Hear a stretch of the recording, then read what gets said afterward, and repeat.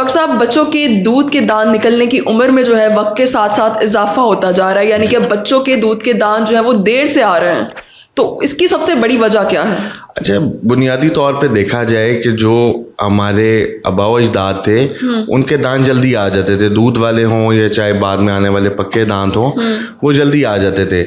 अब ये जो डिले आ रहा है, ये जो रिफाइंड फूड्स, जंक फूड और लाइफस्टाइल के अंदर चेंजेस आ रही हैं, इसकी वजह से डेंटल एज डिले होती जा रही है। हम किताबों में पढ़ के आते थे जी कि जी पहला जो आपके मुंह में दूध का दांत आता है वो 6 माह की उम्र में आता है, और जो पहला पक्का दांत आता है मुंह के अंदर वो 6 साल की उम्र में आता है। दूध वाला गिरेगा और पक्का आ जाएगा। ये दोनों ही आगे चली गई। अब हम देखते हैं 1-1 साल तक बच्चे के मुंह में कोई दूध का दांत नहीं है, और 8-8 साल तक बच्चे के मुंह में कोई पक्का दांत नहीं है। सो इसके अंदर फूड आ जाते हैं, इसके अंदर लाइफस्टाइल आ जाते हैं, हार्ड चीजें बच्चे च्यू नहीं करते, ठीक है, मोबाइल हर वक्त, स्क्रीन टाइम, और ठीक है ना, ये तो ये स्क्रीन टाइम का भी असर पड़ता है बच्चों के इतनी ज्यादा दांत देर से आने पे? बिल्कुल। आप व्हाट इज स्क्रीन, ठीक है, ये इलेक्ट्रोमैग्नेटिक रेडिएशन है।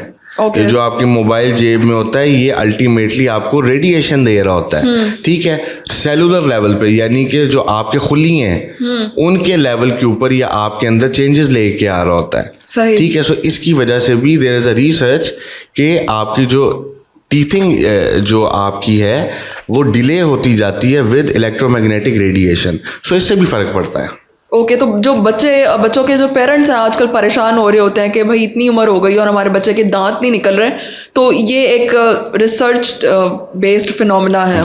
जी, इसके अंदर ये है कि जो आपका गम है, ठीक है, वो भी फाइब्रोटिक होना शुरू हो जाता है, यानी कि जो गम है उसकी जो कंसिस्टेंसी है, यानी कि उसकी जो बनावट है, जो उसका स्ट्रक्चर है, वो हार्ड होना शुरू हो जाता है, सख्त होना शुरू हो जाता है। नीचे से दांत धक्का मार रहा होता है कि मुझे बाहर आने दो, मुझे बाहर आने दो, ऊपर से दांत धक्का मार रहा है, ऊपर वाला नीचे को आ रहा है, नीचे वाला ऊपर को आ रहा है, ठीक है, लेकिन अल्टीमेटली वो नहीं आ पा रहा होता क्योंकि ऊपर गम स्टिफ है।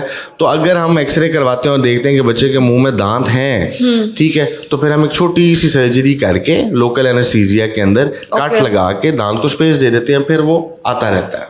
ठीक है, तो ये सब चीज़ें ग़िज़ाइयत की कमी की वजह से हो रही हैं? बिल्कुल, मेल नरिशमेंट की वजह से हो सकती हैं, प्रॉपर दूध की इंटेक ना होना उसकी वजह से हो सकती हैं, ठीक है, प्रॉपर डाइट का ना लेना उसकी वजह से हो सकती है, स्लीपलेसनेस यानी कि कम सोना, नींद का ना पूरे होना उसकी वजह से हो सकती हैं। खैर बच्चा तो माइंडफुल नहीं रह सकता कि हम कहें जी माइंडफुलनेस की वजह से ये हो रही हैं, लेकिन अल्टीमेटली ये सारी चीज़ें देखने में आई हैं।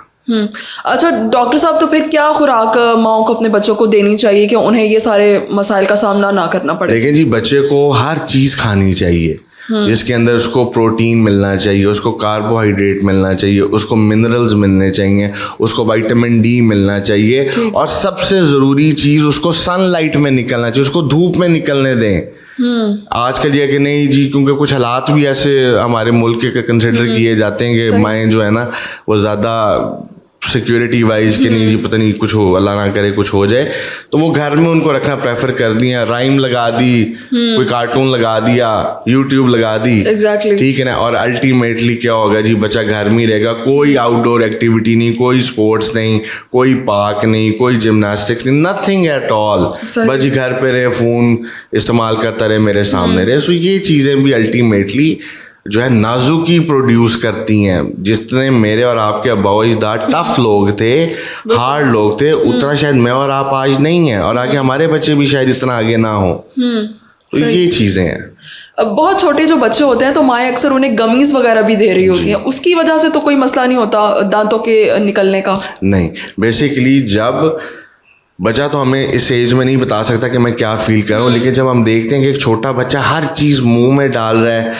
उसको कोई ड्रॉप्स दिए जा रहे हैं, वो किसी चाइल्ड स्पेशलिस्ट के पास गया, वो उसको कोई जो है ना कोई ऐसी चीज़ दे देगा कि जो उस बच्चे को तबीयत में थोड़ी सी नरमी लेके आए।